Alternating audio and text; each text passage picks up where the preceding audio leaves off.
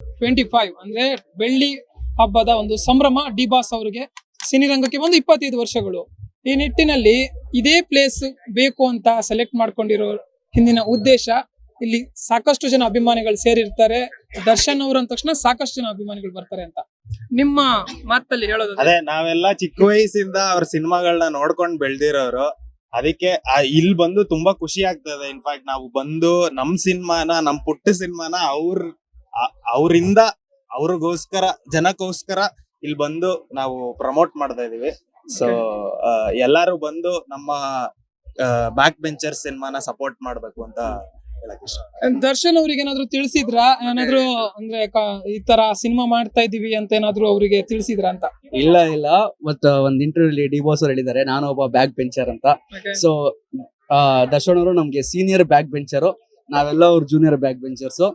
ಅವ್ರು ಹಾಕೊಟ್ಟಿದ್ ಹಾದಿಲಿ ನಾವು ನಡೀತಾ ಇದೀವಿ. ದರ್ಶನ್ ಅಣ್ಣ ನಿಮ್ ಸಪೋರ್ಟ್ ಬೇಕು ನಮ್ಗೆ. Thank you. Okay, back benchers ಅಂದ್ರೆ ಮುಂದಿನ ದೇಶದ ಒಂದು ಫ್ಯೂಚರ್ ಅಂತಾನು ಕೂಡ ಅಬ್ದುಲ್ ಕಲಾಂ ಅವರು ಕೂಡ ಹೇಳಿದ್ದಾರೆ. ಅಂದ್ರೆ ಒಂದು ಒಳ್ಳೆಯ ಬ್ರೈನ್ ಬ್ಯಾಕ್ ಬೆಂಚ್ ಅಲ್ಲೂ ಕೂಡ ಇರುತ್ತೆ ಅಂತ. ಆ ನಿಟ್ಟಿನಲ್ಲಿ ನೀವೇನ್ ಹೇಳ್ತೀರಾ? ಬ್ಯಾಕ್ ಬೆಂಚರ, ಫ್ರಂಟ್ ಬೆಂಚರ, ಏನ್ ನೀವು? ನಾನಂತೂ ಪಕ್ಕಾ ಬ್ಯಾಕ್ ಬೆಂಚರು. ಯಾಕಂದ್ರೆ ಇಷ್ಟು ಕ್ರಿಯೇಟಿವ್, ಒಂಥರ ಫ್ರಂಟ್ ಬೆಂಚರು ತುಂಬಾ ಲೈಕ್ ಒಳ್ಳೇದೇ. ಆಬ್ವಿಯಸ್ಲಿ ನಾನೇನು ಬರೀ ಬ್ಯಾಕ್ ಬೆಂಚರ್ ಅಂತ ಹೇಳೋದಕ್ಕೆ ಇಷ್ಟ ಪಡಲ್ಲ. ಬಟ್ ಅಷ್ಟು ಮಸ್ತಿನೂ ಮಾಡಿರ್ತೀವಿ ನಾವು, ಕಾಲೇಜಲ್ಲಿ ಓದೋದು ಇರುತ್ತೆ, ಎಲ್ಲ ಸೇರ್ಸಿರ್ತೀವಿ. ಸೊ ನಂಗನ್ಸಂಗ್ back bencher is the best and ನಾವು ಬ್ಯಾಕ್ ಬೆಂಚರ್ಸ್. ಓಕೆ, ಸೊ ಮತ್ತೆ ಏನಾದ್ರು ನಿಮ್ಮ ಸಿನಿಮಾ ಬಗ್ಗೆ ಹೇಳೋದಾದ್ರೆ, ಬ್ಯಾಕ್ ಬೆಂಚರ್ ಸಿನಿಮಾ ಬಗ್ಗೆ ಏನು ವಿಶೇಷತೆಗಳನ್ನ ಏನ್ ಹೇಳ್ತೀರಾ? ಮೊದಲನೇ ವಿಶೇಷ ಏನಂದ್ರೆ ಸರ್, ಈ ಮೂವಿಲಿ ನಾವು ಸ್ಕ್ರಿಪ್ಟ್ ಯೂಸ್ ಮಾಡಿಲ್ಲ ಓಲ್ಡ್ ಶೂಟ್ ಅಲ್ಲಿ. ಸೊ ಅದೊಂದು, ಹಾಗೆ ನಾವೆಲ್ಲರೂ ಒಂದು 2 years ಇಂದ ಜೊತೆಗಿರೋ ಬಾಂಡಿಂಗು, ಅದೊಂದೇ ನಮ್ಗೆ ಅಡ್ವಾಂಟೇಜ್ ಆಗ್ಬೋದು ಅಂತ ನಾವ್ ಅನ್ಕೊಂಡಿದೀವಿ ನಮ್ಮ ಮೂವಿಗೆ. ಬ್ಯಾಕ್ ಬೆಂಚ್ ಅಂದ್ರೆ ನಿಮ್ಗೆ ಎಲ್ಲರಿಗೂ ಗೊತ್ತು, ಹಿಂದೆ ಕೂತ್ಕೊಂಡು ಏನೇನ್ ಮಾಡ್ತಾರೆ ಕತೆಗಳು ಅಂತ.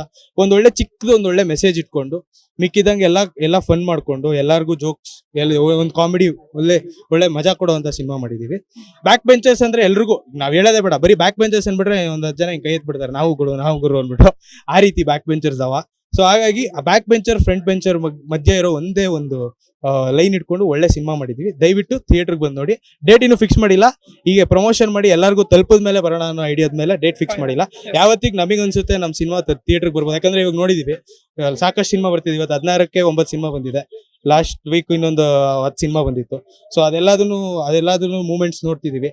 ಹಾಗಾಗಿ ಮೊನ್ನೆ ಇನ್ನು ಡಿ ಬಾಸಿಗೆ ನೆನ್ನೆ ಕೇಳಿದ್ರು ಒಂದು ಕ್ವೆಶನ್ ಮೀಡಿಯಾದವರು, ಅಲ್ಲ ಹೊಸ ಸಿನಿಮಾಗಳು ಎದೊಳ್ತಿಲ್ಲ ಏನು ಅಂತ ಹೇಳಕ್ ಏನಾದ್ರು ಕಮೆಂಟ್ ಮಾಡ್ತೀರಾ ಸರ್ ಅಂದ್ರೆ, ಅವರು ರೋಡಿಗೆ ಇಳಿಬೇಕು, ನಾವೇ ಇಳಿತೀವಿ ನಮ್ ಸಿನಿಮಾಗಳಿಗೆ, ಅವರು ಮಾಡಿ ಮನೇಲಿ ಕೂತ್ರೆ ಆಗಲ್ಲ ಅಂತ. ನಾವ್ ಆಕ್ಚುಲ್ ಆಗಿ ಇದನ್ನ ಮೊನ್ನೆ ಯಶ್ ಸರ್ ಅವರ ಇನಾಗ್ರೇಷನ್ ಇತ್ತು ಕಿಟ್ಟಿ ಅವ್ರದ್ದು, ಮಲ್ಗೂ ಹೋಗಿದ್ವಿ. ಹಾಗೆ ನಾವು ಪ್ರೀಮಿಯರ್ ಇದು ಬ್ಯಾಚುಲರ್ ಪಾರ್ಟಿ ಪ್ರೀಮಿಯರ್ ಶೋ, ಯಾಕಂದ್ರೆ ನಮ್ಗೆ ಕೈಗೆಟ್ಕಲ್ಲ ಸರ್, ನಾವು ಇನ್ನು ಚಿಕ್ಕ ಟೀಮ್ ಆದ್ರಿಂದ ಸೆಲೆಬ್ರಿಟಿ ಕೈಗೆಟ್ಕೊಳ್ಳದಿರೋ ಕಾರಣಕ್ಕೆ ನಾವು ಈ ತರ ಚಿಕ್ಕ ಸ್ಟ್ರಾಟಜೀಸ್ ಮಾಡ್ಕೊಂಡು ನಮ್ಗೆ ಎಲ್ಲೆಲ್ಲಿ ಸೆಲೆಬ್ರಿಟೀಸ್ ಕಾಣಿಸ್ಬೋದು, ಮಿಸ್ ಆಗಿ ಡಿ ಬಾಸ್ ನೋಡಿದ್ರೆ ಅನ್ನೋ ಒಂದೇ ಒಂದು ಥಾಟ್ ಅಲ್ಲಿ, ಹೋಪ್ ಅಲ್ಲಿ ಬಂದಿರೋದು. ಮಿಸ್ ಆಗಿ ಎಲ್ಲೋ ಯಾರ ಮಕ್ಕಳು ಮಾಡ್ತಾರ ನೋಡಿ ಅಲ್ಲಿ ಕರ್ಸೋ ಇಲ್ಲಿ ಅನ್ನೋ ಒಂದೇ ಒಂದು ಥಾಟ್ ಅಲ್ಲಿ ಮಾಡ್ತಿರೋಂತ, ಇಂಟೆನ್ಷನ್ ಇಟ್ಕೊಂಡು ಮಾಡ್ತಿರೋಂತ ಪ್ರಮೋಷನ್ ಇದು. ಮೊನ್ನೆ ಎಸ್ಸರ್ಗೂ ಹಂಗೆ ಮಾಡಿದ್ವಿ, ಕಾರ್ ಮುಂದೆ ಹೋಗಿ ಅಡಾಕ್ಬಿಟ್ವಿ, ಸರ್ ನೋಡಿ ಸರ್ ಅಂತ. ಅಟ್ಲೀಸ್ಟ್ ಅವ್ರು ನೋಡಿದಾರೆ ಅನ್ನೋದು ಒಂದೇ ಒಂದು ಖುಷಿ. ಬ್ಯಾಕ್ ಬೆಂಚರ್ಸ್ ಅಂದ್ರೆ ಅವ್ರಿಗೂ ಗೊತ್ತಾ, ಅವರು ರಿಲೇಟ್ ಮಾಡ್ಕೊಬಿಡ್ಬೋದು, ಎಲ್ಲರೂ ರಿಲೇಟ್ ಮಾಡ್ಕೊಳ್ಳುವಂತ ಸಿನಿಮಾ. ಸೊ ಹಾಗಾಗಿ ಇವತ್ತು ಇಲ್ಲಿ ಬಂದಿದೀವಿ ಸರ್. ಡಿ ಬಾಸ್ ಅವ್ರು ಒಂದೇ ಒಂದ್ಸರಿ ನೋಡ್ಲಿ ಅನ್ನೋದು ಒಂದೇ ಆಸೆ.